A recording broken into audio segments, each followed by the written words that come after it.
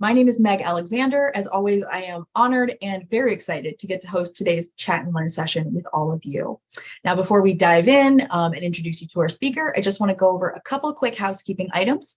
This will be especially important if maybe this is your first event with us. If that's the case, then hi, welcome. We're so happy to meet you. Now, if this is your millionth Power to Fly event, if you're one of our frequent flyers, no stress, y'all. The love is no less real for you. Thank you so much for joining us as well today. Now, the thing that you should know is that all of our virtual events are about you. They're about our community members and making sure that you all get the value that you came to get from today's event. So what we want to do is encourage you to participate in a couple different ways if you'd like. You're always welcome if you'd like to turn your cameras on, share your smiling, maskless faces with us safely. But truly, y'all, no need to be Instagram perfect, okay? I might have just freshly washed my hair yesterday, oh so fancy, but we don't care if you're rocking a 4-day messy bun, if you are in your bathrobe, if you are at your kitchen table, we don't care. We just want you to join us where you are. So no pressure there. Now, you don't have to join with your camera if you don't want to, and you can always participate with or without it. You can always send in any questions or comments you might have for the speaker in the group chat. And to get y'all started over there, I just want everybody to feel free, go ahead over there. And if you'd like, share with us where you're joining from. I'm always really eager to see how far our virtual audience spreads. I'm coming to you from Toledo, Ohio. This is land that belonged to the Fox, Kickapoo, and Potawatomi tribes in my area. So please feel free to share where you're joining us from.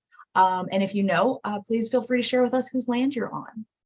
Now, the big thing to know here is that while we are having this great conversation, we're going to be recording today's session, which means that you get to sit back and relax. You don't have to take notes, and you get to just enjoy the conversation without having to worry about, missing a resource that someone listed or, jotting down the name of that podcast I mentioned. So don't worry, y'all. You can always review this recording.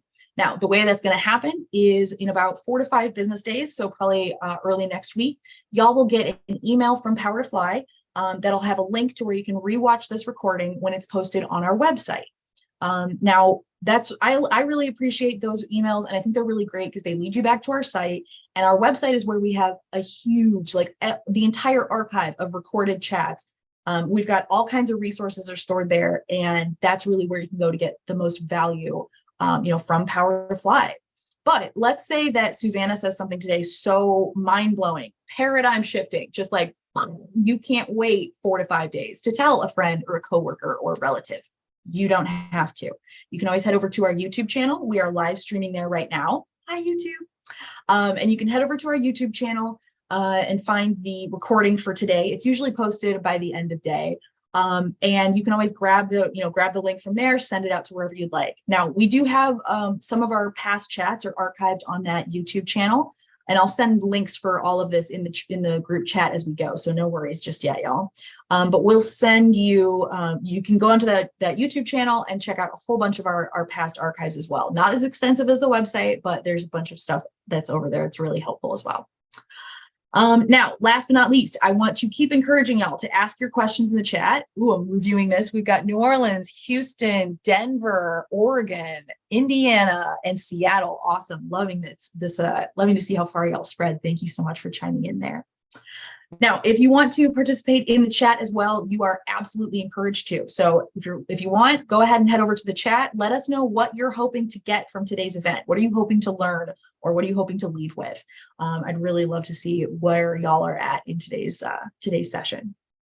If you have any questions or comments that you would like to raise, but you want to be kept anonymous, no worries. Just DM them to me. You can find my name, Meg Alexander, on the drop down in your Zoom group chat window. All right, ready to kick things off and really excited to introduce you to our speaker. Now, Susanna is here today on behalf of Halliburton. Halliburton has been a partner with Power to Fly for a little while now. They're one of the world's largest providers of products and services to the energy industry. Now, with more than 44,000 employees across the globe, Halliburton helps its customers to maximize value throughout the life cycle of the reservoir.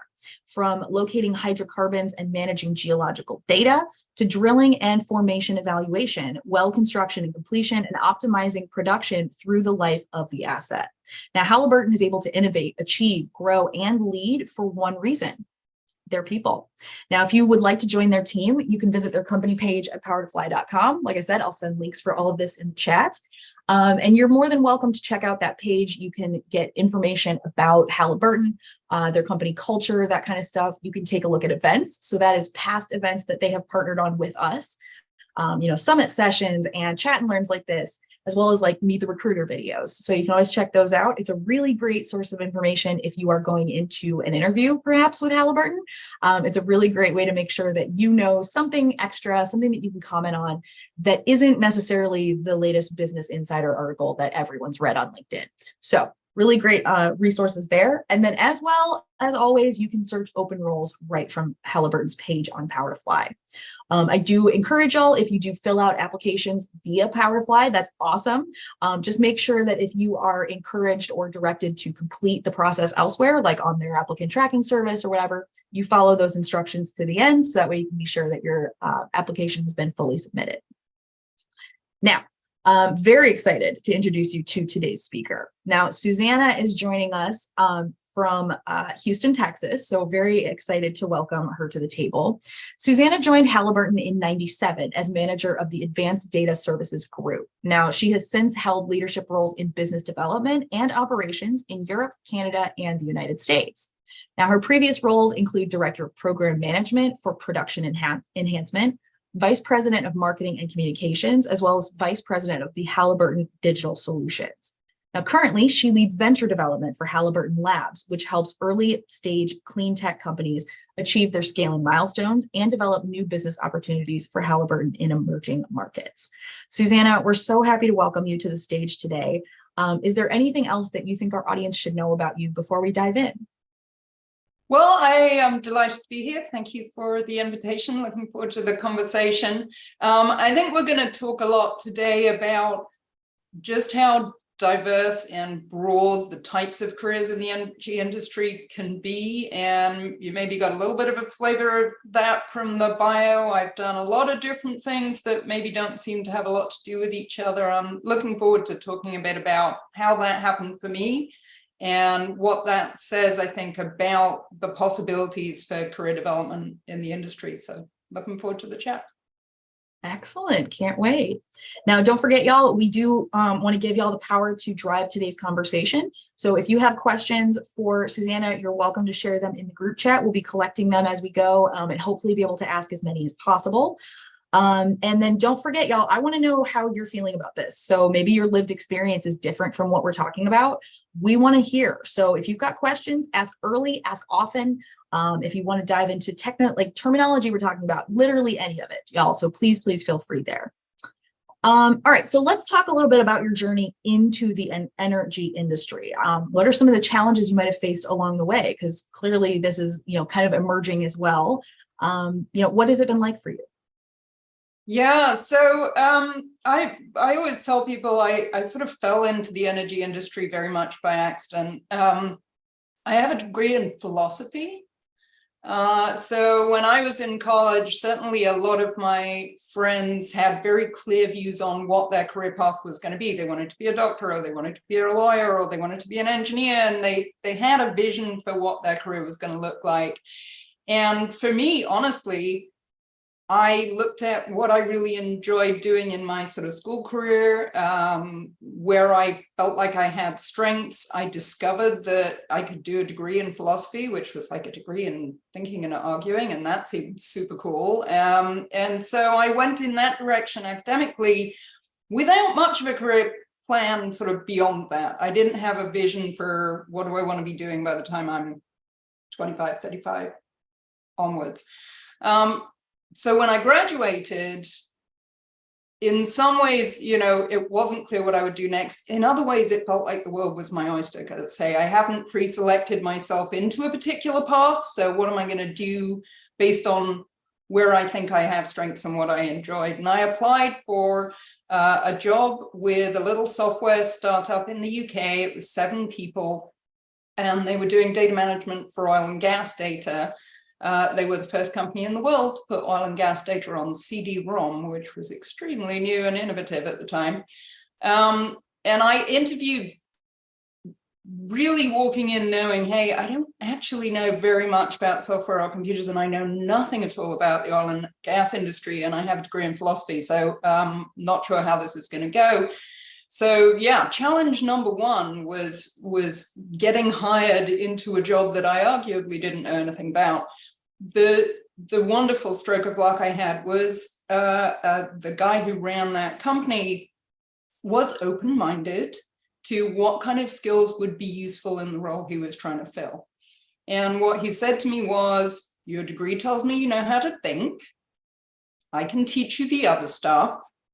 We're inventing new things. Nobody knows how to do it anyway. So it's not like I can go hire somebody who already knows everything about this job. But if you want to come on the journey, you know, I'll teach you how to do it, which was an amazing opportunity for me. So we were a company of 7 people. And about a year later, they got acquired by a company called Landmark, which is today the software arm of Halliburton. So I thought I was working for an agile startup. And within about a year, I was in a, global Fortune 100 company. So that required a bit of adjustment. But it also brought with it a tremendous range of new opportunities to expand my skill set and move into other parts of business that I hadn't been familiar with before. I can tell you that over my 26 years with Halliburton, when I saw this question, there's not a single role that I've had that didn't come with interesting new challenges to be overcome. Like, the challenges never really end. But I think that what I found is being thoughtful about what I do know, what my strengths are, and then being continually open to learning the stuff I don't know, learning from other people, asking good questions, taking the opportunity to expand my skill set has enabled me to do a really diverse range of roles over that time. And as you mentioned in the bio, do it in many different locations around the world. So it's been an amazing opportunity set. I hope it continues.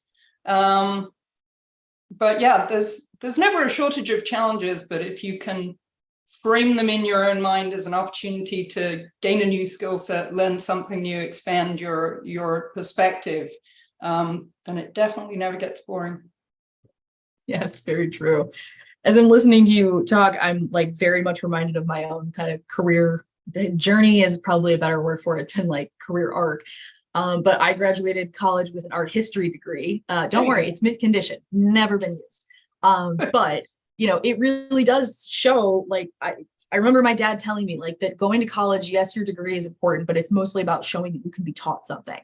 And granted, that's not really necessarily the case anymore, but in the early aughts when I was there, it very much was that, when I got out of college, I had to learn literally, anything anybody was willing to teach me was something I was willing to pick up, because I didn't really know what I wanted to do with that degree. Like, I went to law school for a year, that was miserable. Now what do I do? So, I'm loving the fact that it was more of a strength for you, that you weren't kind of pigeonholed by, oh, I have a business degree or whatever. It does definitely frame it as much more of an opportunity, as opposed to, this is scary and I have no idea what I'm doing. So yeah. All right. So let's talk about that open-mindedness, that willingness to explore opportunities. Were there any situations in which you did that you didn't really want to do it at the time, or anything that really sticks out to you as like, yeah, I had to make sure and kind of force myself to keep an open mind about this? Yeah, I mean, I think I really benefited very early on in my career from some great mentors who, I had a lot of self-doubt. I had a lot of concern. I would focus on the things I don't know, focus on the ways I'm not ready. And I had a mentor who would say to me when an opportunity came up and I thought, gosh, I don't know if I could pull that off. And she said to me, you've got to remember, this is in fact a business. It's not a charity. And what she meant was, when an opportunity is put in front of you, somebody somewhere has seen something they think will make you successful in it to the greater good of the business enterprise. They're not just doing it to make you feel better. They're spotting something they think would make you a good fit and successful in that role. And so sometimes you just really need to trust the people who see something in you and have some confidence. Ask them, what is it that I've done before in prior roles that makes you think I would be a good fit for this? Ask people who are in that role today, what do you do every day? What kind of skills have been really useful to you?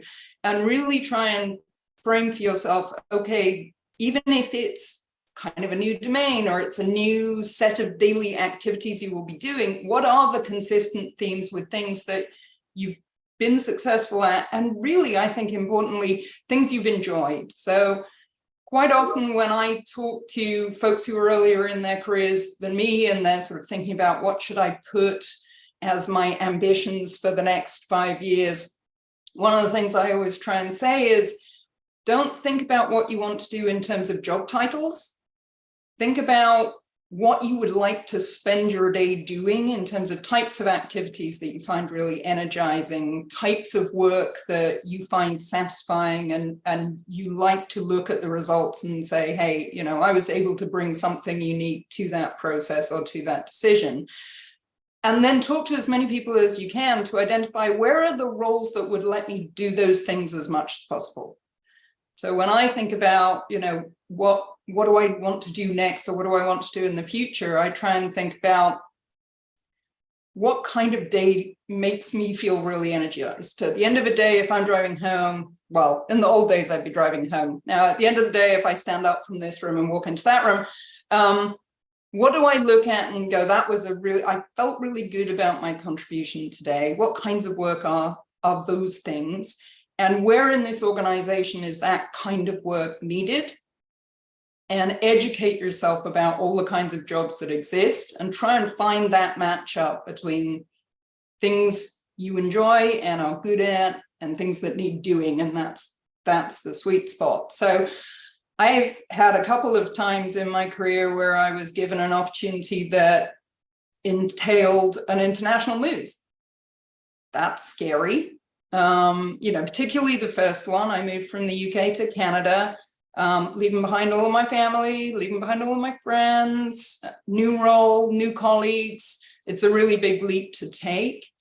And it was really good mentoring, talking to people who work there already, getting to know the experiences of other people who'd moved internationally. We operate in more than 70 countries around the world. An awful lot of people in Halliburton have been through the experience of moving internationally. And so there's lots of people who can give you good advice. And in the end, I was willing to take the leap and never look back.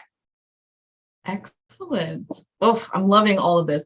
I was especially entranced by what you said earlier about it's a business, not a charity, and trusting in the fact that if somebody suggests you for something, it's not because they're here, now you'll have something to keep you busy. Right. I very much appreciate that. And I love, I don't think that it's ever been presented or it was ever presented to me when it was, thinking of career longevity, that kind of thing, of this idea of what do you actually like to do? And then where can you do those kinds of activities? It very much reminds me of, Ikigai, that Japanese principle. Have you heard of this? So it's this idea, Ikigai is found at the intersection of what you love, what you're good at, what the world needs, and what you can be paid for. And so it's kind of, it's Venn diagram. You just gave a name to my philosophy. Very good. Exactly. I love that because, it really does help kind of take into account the practicalities as well, of finding a job, because we all, nobody can live on water and sunshine. And so it is really, I love that framing of it as okay, well, what kinds of things do you want to do, and where could you go that would be part of your day?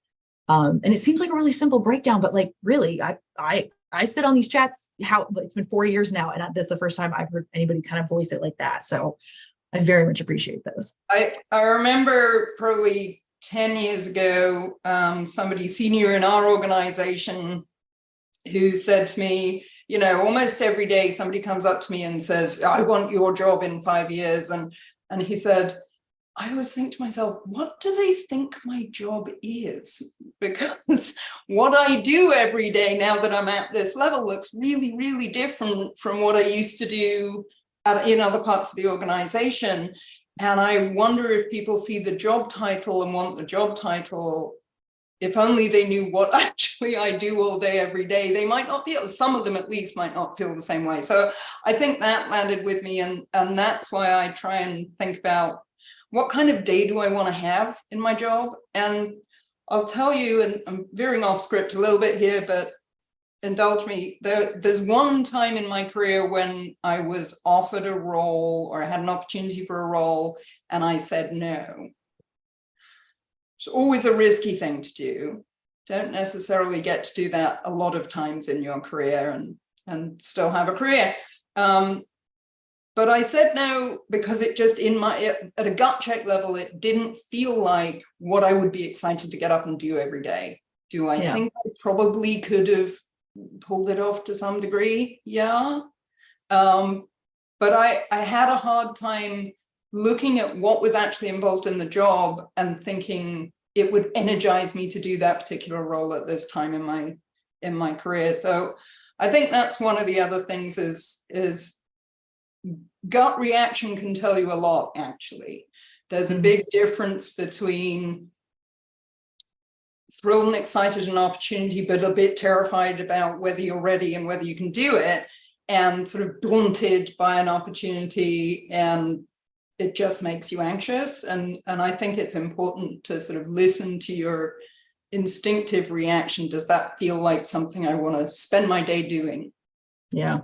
No, I think it's very smart to listen, like, because we shouldn't just be driven by intuition or like how we think, right? We have to have logical inputs and, the base it in what is factual in the real world. But it does make a ton of sense. It really, if you think about what you're actually trying to do, what you want to do with your day, then yeah, like this makes a ton of sense. I love it. Okay. Let's pull back a little bit and look more at the industry you're working in right now. There is a global push towards cleaner and more sustainable energy sources. Coal is kind of on the way out. Hopefully, in a lot of places, we're looking at more sustainable fuel options. What roles or opportunities do you see coming out of this industry for young professionals just starting in? Yeah, I think it's just a tremendously exciting time to be in the energy industry. So, I mean, at Halliburton, we've been in the oil and gas services business for 104 years. So we know an awful lot about what it takes to find and produce hydrocarbons safely and affordably and efficiently. And we've been continually innovating in that direction for a century. And that kind of innovation isn't going to be able to stop or slow down. So there are, a wide range of projections for sort of energy demand, but generally expected energy demand globally is just going to continue to grow at a pretty rapid clip. And all forms of energy will be needed to meet that demand. Oil and gas are going to continue to be probably a good 50% of the global energy mix for decades to come. And so innovation in how we meet that demand safely, affordably, sustainably, and efficiently, we can't slow down on that at all. There is so much continually to be done to continue to innovate in the oil and gas space. What I'm doing these days in Halliburton Labs, which please go follow us on LinkedIn, halliburtonlabs.com is our website. Halliburton Labs was set up in 2020 as an accelerator for early stage clean tech companies. So what we saw when we looked at this expanding and evolving energy landscape is that there are a lot of interesting and innovative new technologies beginning to come to fruition in everything from solar to wind to hydrogen to geothermal to modular nuclear to you name it. But the best innovation in the world can't help make a dent on the world's energy needs unless it can be scaled up and it can be delivered efficiently to the people who need it. What that means is companies like Halliburton that have got really good at how do you produce and deliver energy globally in remote environments and extreme environments consistently, safely, cost effectively. there's an awful lot of those skill sets that absolutely will be needed in each of these new sort of renewables and clean tech spaces to let those innovations meet their potential and meet the world's demands. So with Halliburton Labs, what we've been able to do is leverage the expertise, not just from a sort of technical and engineering standpoint in a company like Halliburton, but our HR department. How do you build a productive, an efficient organization? How do you hire the right people for the right jobs? We work with these startups with our manufacturing group. Okay, you've got a lab scale prototype of an interesting new technology. How are you going to get that to sort of commercial scale manufacturable design and be able to do that repeatably, globally? How do you build an efficient supply chain? So all of these different aspects of a company like Halliburton, there are so many different domains and skill sets that have been honed over 100 years in the oil and gas industry that are going to be absolutely critical to the scaling and growth of new forms of energy, new forms of energy efficiency, new forms of energy storage, that will also have to be a really critical part of our energy landscape going forward. So what roles and opportunities are emerging? It's almost limitless. There's, like I said, if I can have a philosophy degree and have had a 26-year career in oil and gas, like there's not a lot of backgrounds and skill sets that won't have a role to play in scaling up a more diverse energy mix.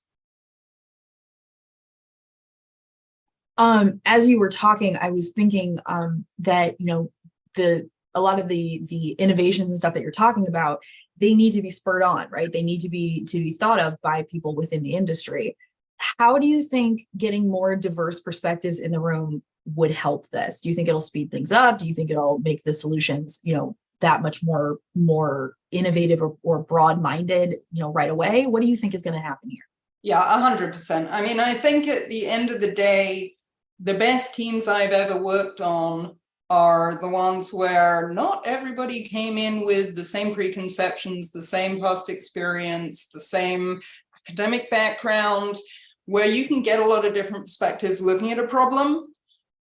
I think the first thing that happens is you can really quickly uncover where assumptions or inertia might have been limiting how you've been thinking about the problem. So if I think about some of the roles that I've taken where I walked in the only non-engineer in the room, or goodness knows there was somewhere I was the only woman in the room, or the only person with a different experience set, and it's easier to feel like, oh well, I have nothing to contribute here. What I discovered in a lot of roles is a really valuable thing that you can contribute, is asking the probing questions about, can anybody remember why we're doing this way? Like, what was the set of circumstances that prompted us to originally solve the problem in this way? Do they still hold true? Has anything changed in terms of the sort of external factors? Has anything changed in terms of the objective of the end customer that we're trying to serve?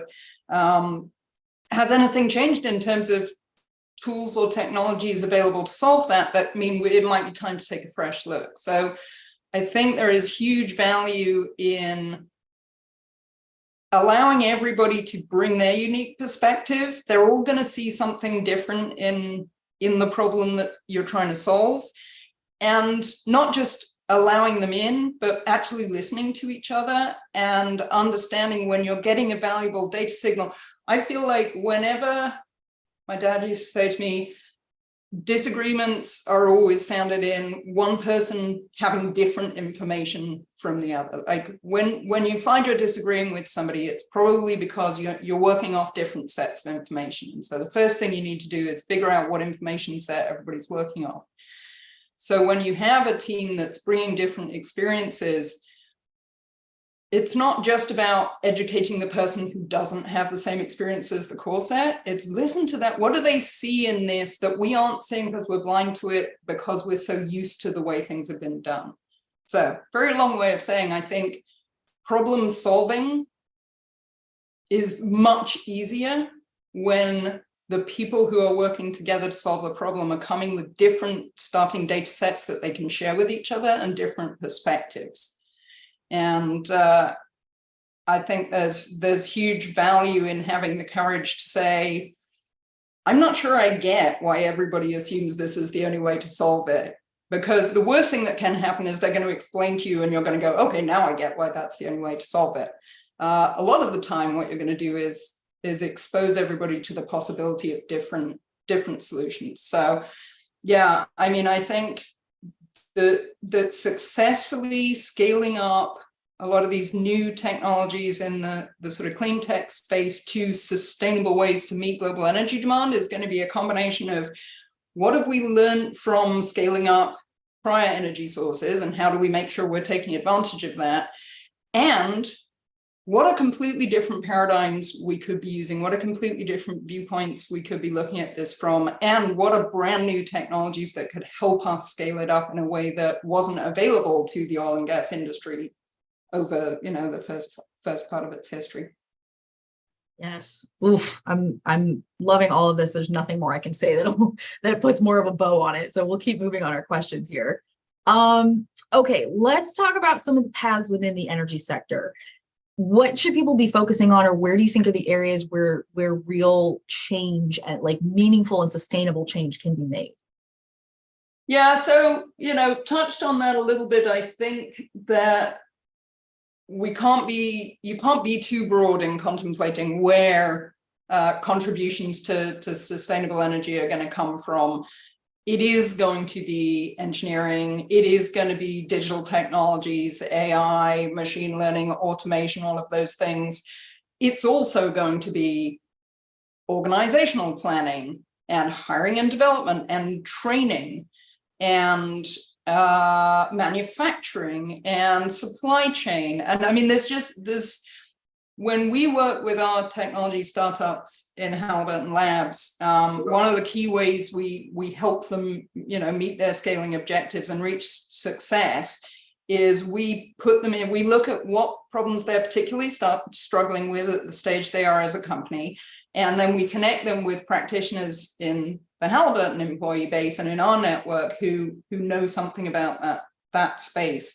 And there really isn't a department in Halliburton that we haven't pulled on to help a clean tech startup figure out how to solve a problem. There's kind of no discipline we have as a global company of 45,000 people that hasn't proven to be relevant and useful to some of these emerging companies. So what are the career paths available? It's almost limitless. I mean, and I think that's what's really exciting about it is, as borne out by my career, you don't have to know exactly what your role in the energy industry might look like, when you're choosing your undergraduate or at any particular point. Do the things that you find really intriguing and interesting and energizing, and in the sort of both engineering STEM field and in business, there's almost nothing you could pick that there won't be somewhere in the energy ecosystem that skill set is needed and can make a meaningful difference. Oof, very cool. I'm loving all the possibilities here. And if y'all are also starting into the industry, let us know what area you're joining, because I'm really interested to see where everybody is. If you're pivoting into, if you already exist within energy, let us know. Okay, let's talk about some of that innovation. If we're going to be making this sustainable and meaningful change, obviously we have to foster an innovative mindset to help spur that on. Can you tell us a little bit about some of the ways that innovation and adaptability have really helped you in your career journey? Yeah, I mean, I think when we talk about innovation, and particularly, for me today working with startups, that in the startup world, you hear the word innovation and you tend to think technology and R&D. And absolutely, that's a huge piece of where the innovation is happening. But I think an innovation mindset and innovation in our company is not just technology, R&D, engineering. It's innovation in how we work. It's innovation in where we find and how we develop talent. I think, I think about continuous improvement over the last sort of, 10 or so years. Continuous improvement has become a real focus for Halliburton, for lots of companies in the energy space. And that's all about continually looking at how are we doing the things we're doing every day? Is there waste in that system? Are there better, smarter, more efficient ways of reaching the same objective? Everything I was talking about in terms of questioning why we do the things the way we do them. Is it just because we've always done them that way? And trying to find the best possible way of achieving a result. So I think that's an example of an innovation mindset is we don't rest on our laurels and go, hey, we've been doing it this way for 100 years, and therefore this is the answer. Yeah. What are different ways we could approach? Are we all clear on what the objective is? Does everybody have the same view of the objective? And is everything we're doing moving us closer to that objective? And if not, what other ways could we approach this problem? So I think that's innovation. I said we're trying to sort of be innovative in what talent is going to be needed in this industry in the decades ahead. And, 25 years ago when I came into the company, I think it was probably the norm that we would hire, field operatives and engineers. They would work in one part of the business. They would move gradually up fairly linearly through we have the 13 business lines. They would move up through one business line to roles of increasing responsibility. And that was your career path. And we would look at the same sort of core set of schools for the same kind of degrees. And that was what we did. If I look at how we think about what kinds of talent we want to bring into the industry today, we're not just competing with, Halliburton's competitors in the oil field services industry. We're not just competing with operators in oil and gas. We're competing with Google and Microsoft and, big tech companies. We're looking for talent of really different kinds. And we're much more likely to look at skills and aptitudes and not exclusively qualifications. So for sure, there are a lot of roles that require a specific degree because you're going to use it technically in your job every day. There are also a lot of jobs where a philosophy grad, somebody who is coming in with a less expected academic qualification, but who can demonstrate skills and aptitudes, we want to bring those people in. We're increasingly hiring for jobs that didn't exist 10 years ago. So we're not going to come and tell you we need you to have 10 years of experience in a technology that is brand new. And so I think trying to think differently about what is it we're trying to achieve and what is the most effective way of getting that result. I think that kind of innovation touches every part of our business. Yeah. Yes. I again, there's not really anything I can add to this. That's not just going to be repeating what you've already said. But no, I'm loving all of this. Okay, let's talk about the industry as a whole. Can you walk us through some of the common misconceptions or more common stereotypes about an energy sector career that really people just might need to kind of break themselves of? Yeah, I mean, we've touched on it. I think very common misconception that, oil and gas is going away. This is a dead industry. So energy demand is going to grow 50% by 2050. Easily half of that demand will have to be met by oil and gas, which means just an absolute terms growth in oil and gas production. Is the mix going to look different? Are we going to expand delivery of energy from other sources to meet that demand? Yes, but everything's going to have to grow. So I think first misconception is that oil and gas is going away. It's not. And I think the second misconception is that there hasn't been sort of innovation or an environmental focus in this industry. And there absolutely has and continues to be.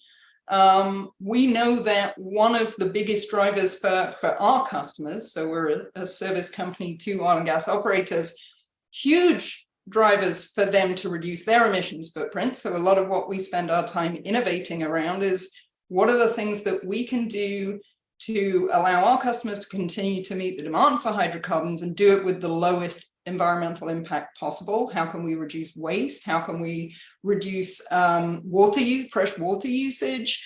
How can we explore ways to use alternative fuels in the delivery of oil and gas? So we've been innovating around electric frac fleets. So without going into what fracturing is, but one of the biggest business lines we have is helping boost production from oil and gas wells through fracturing the rock. And historically, the equipment we used to do that ran on diesel.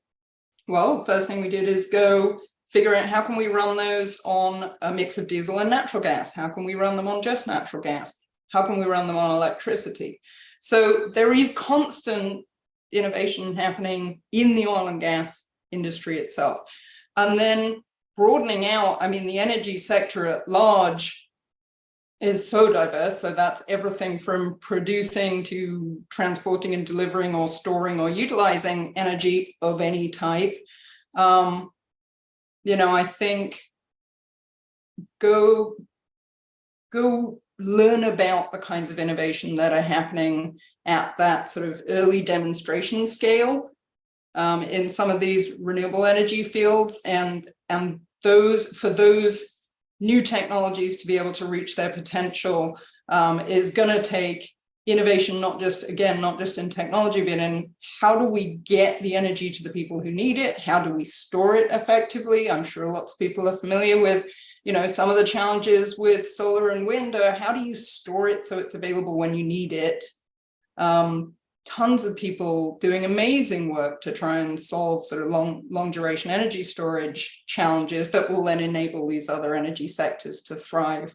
So I'm going way past your question, but yeah, I think my wish would be that people go learn about what really is going on in the energy industry and recognize that for billions of people around the world to reach levels of quality of life and convenience and health and longevity that those of us in the West are taking for granted, this huge amount of energy has to be delivered to people all around the world. And that's not going to happen with one or a couple of sources of energy. That's going to have to happen through growth and capacity of pretty much every kind of energy generation you can name. No, I mean, this makes a ton of sense. And, it also kind of highlights and echoes what, we have seen with the U.S. Energy and Employment Jobs Report is that, there is substantial growth in energy jobs. Do you think that there are additional factors that we haven't really talked about driving this expansion? I think it's really interesting to see which kinds of sort of new energy industries are growing where. It's very complex in terms of where are their government incentives.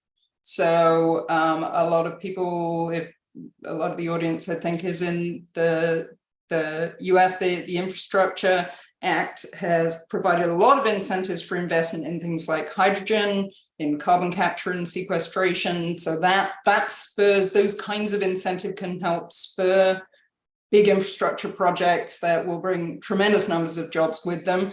I think parts of the world that do not have widely available, reliable, affordable energy are seeing a big growth in some of the renewables projects. I think inevitably, any time you see a lot of new projects to develop infrastructure to provide energy, there's a lot of work jobs associated with sort of new infrastructure compared to something like oil and gas that is already sort of delivered throughout the US.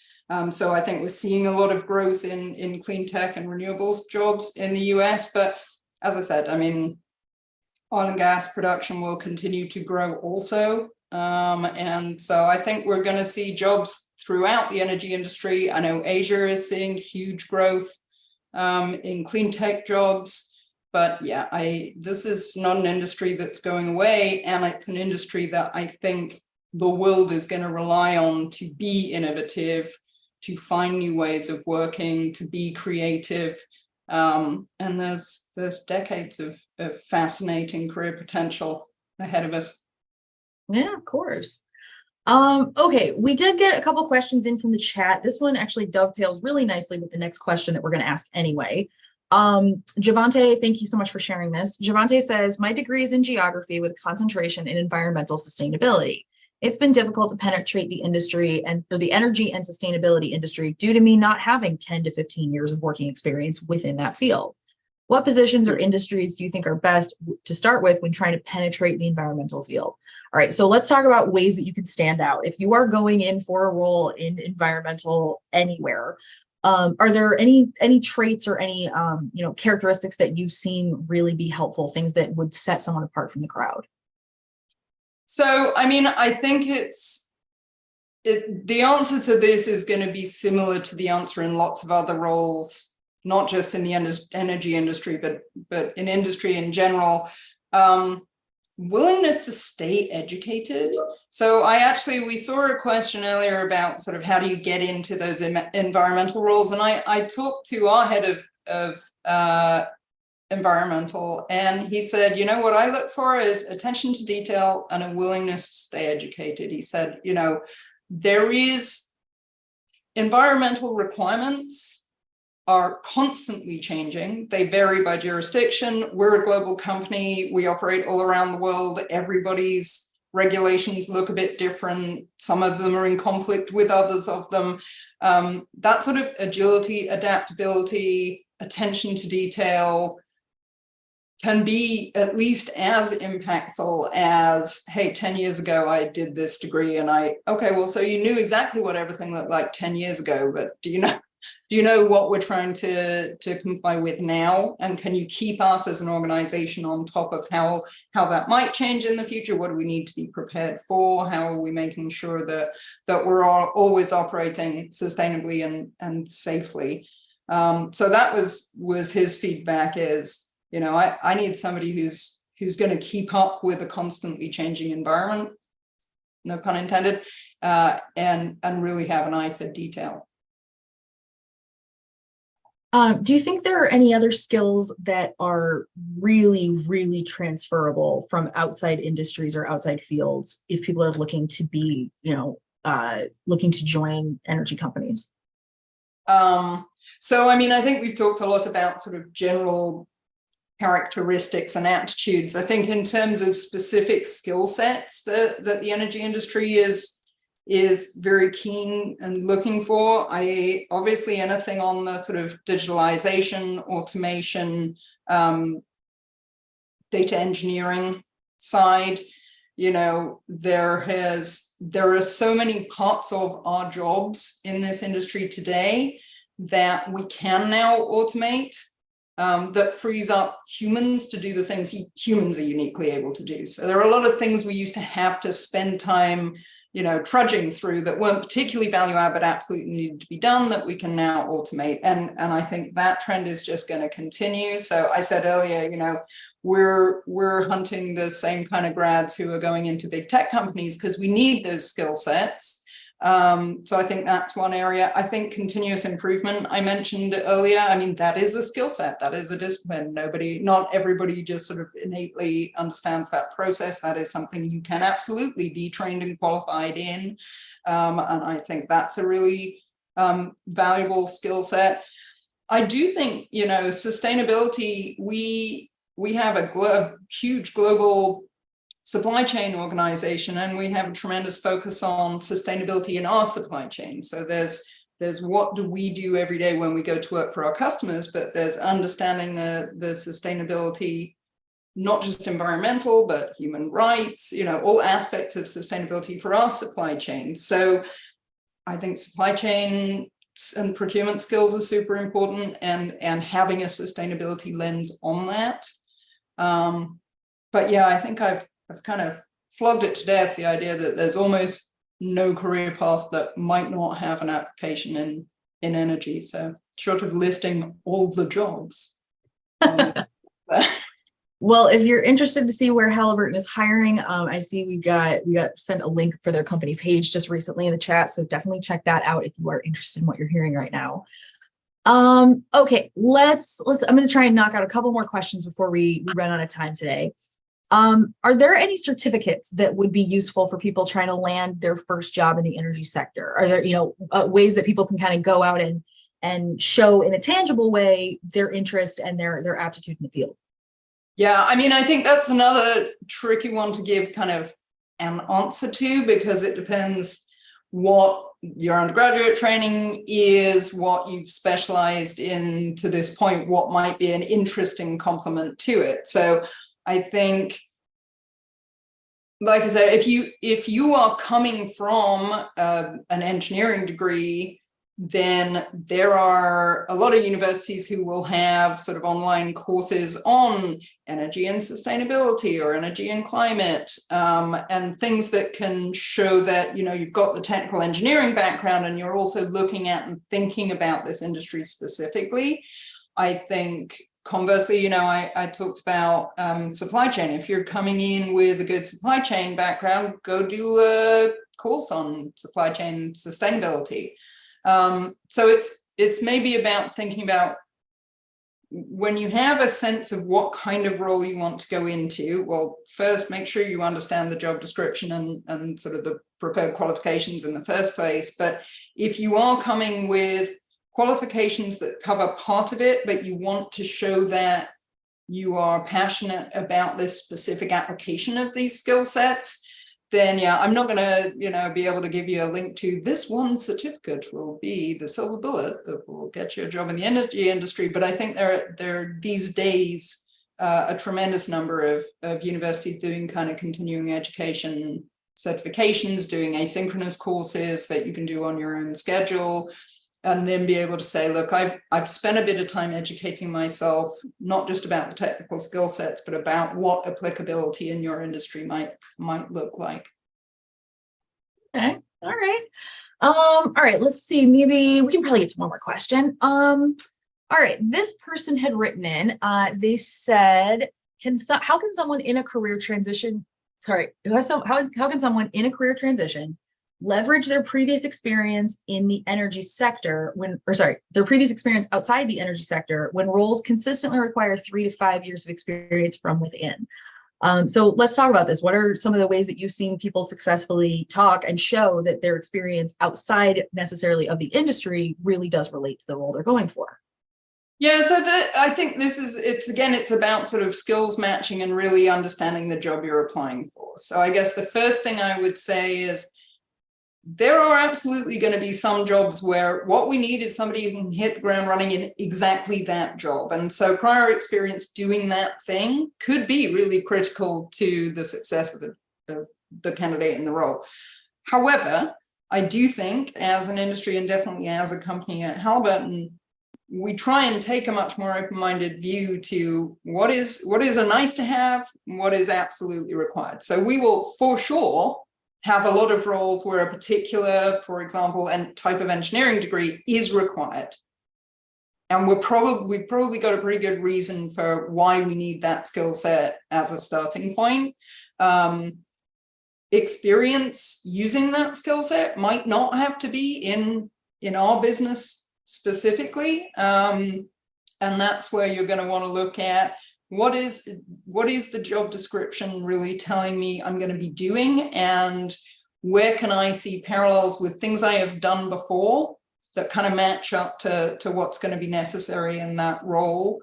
And then there will be other jobs where we might say this kind of degree is preferred, but we're phrasing it that way because we absolutely want to leave the door open to, you might have a completely different kind of degree, but if you can come and show us things you've done, aptitudes you have that would be directly applicable, we're going to be open to that.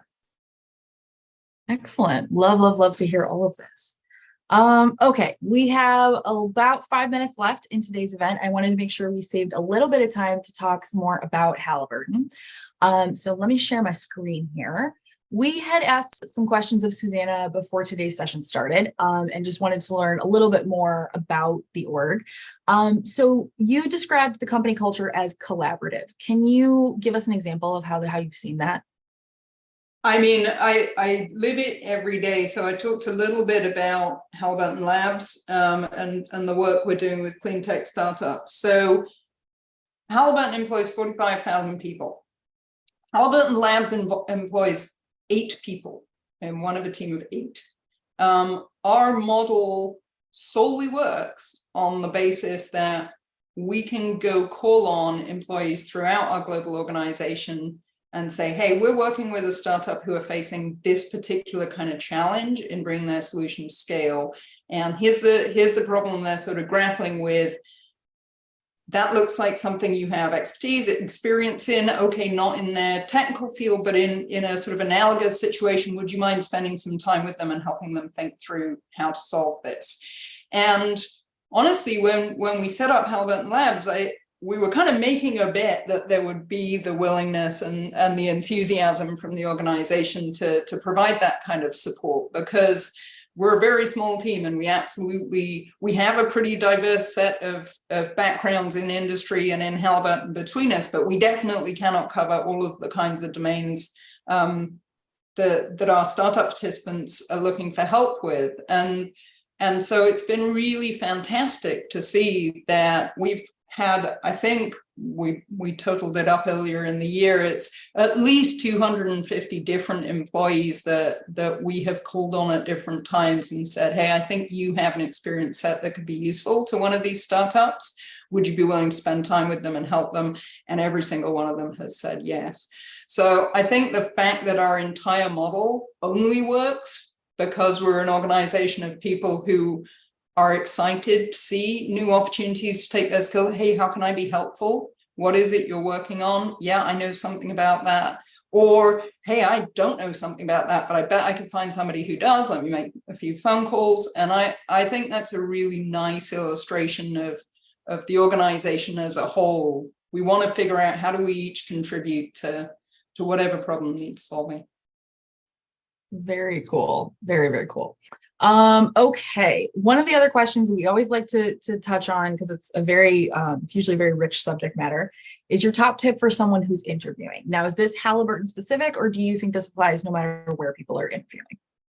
I think this applies no matter where. I think, I talked a little bit earlier about when I've given advice to people and said, don't plan out your career in terms of job titles, think about what you want to spend your time doing. And I think when you're interviewing, firstly, make sure, I think you referenced it earlier, make sure you've done some research about the company. Like, don't walk into an interview with like, so Halliburton, what do they do? Tell me about that. So do a bit of research, but also be open-minded to what kinds of roles you might be a good fit to, and really try and think about what does the job description say that really resonates for you. So if you're looking at a bunch of roles that are listed, try and go beyond what's the job title and really learn a bit about what would I be doing every day, and ask those questions in an interview. Help me understand what a typical day would look like, because I think a job interview is a two-way conversation. You want, the potential employer needs to understand a bunch about you, but you need to understand a bunch about the role and the culture you would be in and what your day would look like. And you're deciding if it's a good fit for you as well. It's a mutual selection process, not just one way. So yeah. I think, ask questions, educate yourself, and be honest with yourself about what your strengths are and what your gaps may be. I don't think some people will walk into an interview trying to convey that they are 100% qualified for that role. I think it's very unusual somebody is. And I think that interviewers are open to the possibility, okay, well, you're going to come in with some real core attributes that line up really well for this. And yeah, there's going to be a few things we have to teach you, of course. Otherwise, you would already be doing this job. So know your strengths, be honest with yourself about your strengths. I think it can be great to go find folks in your life who will be really honest with you before you interview and be like, tell me what you think my strengths are and tell me where I might have some blind spots, and kind of go in knowing that. But yeah, be really open-minded to what the right kind of role for you might be, because it might be a role you've never heard of. That if you are good at articulating to a recruiter or an interviewer what you excel at, what you really enjoy, even if the job you were interviewing for isn't the right fit, you've given them enough ammunition to kind of think, okay, but where else in the organization do I need those skill sets? And maybe there's a fit for you somewhere else. Yeah. No, I think this is excellent. And, you're right. It does kind of show that, like, we say this a lot, but like interviewing and all of this should be kind of like dating. You don't just go on dates and let the other person talk about themselves endlessly, and don't ever ask any questions about how this is going to relate or share things about yourself. So yeah, I very much appreciate that advice. I think that's wonderful. That's going to bring us to the end of time, but Susanna, thank you so much. This has been really wonderful to get to know you and learn from you for the last hour. So thank you so much for your time. Absolute pleasure. Thank you so much for the opportunity. All right, y'all, that brings us to the end of time today. So I just want to say thank you all for joining us. Give yourselves a big pat on the back. You just took an hour out of your day to do something positive for yourself and your career. So hopefully y'all will congratulate yourselves on that. We have some great chats happening later today, as well as this week and next week as well. So I hope that y'all will check some of those out, and that if this was your first Power to Fly event, it will not be your last. Can't wait to see y'all on the next event. Bye.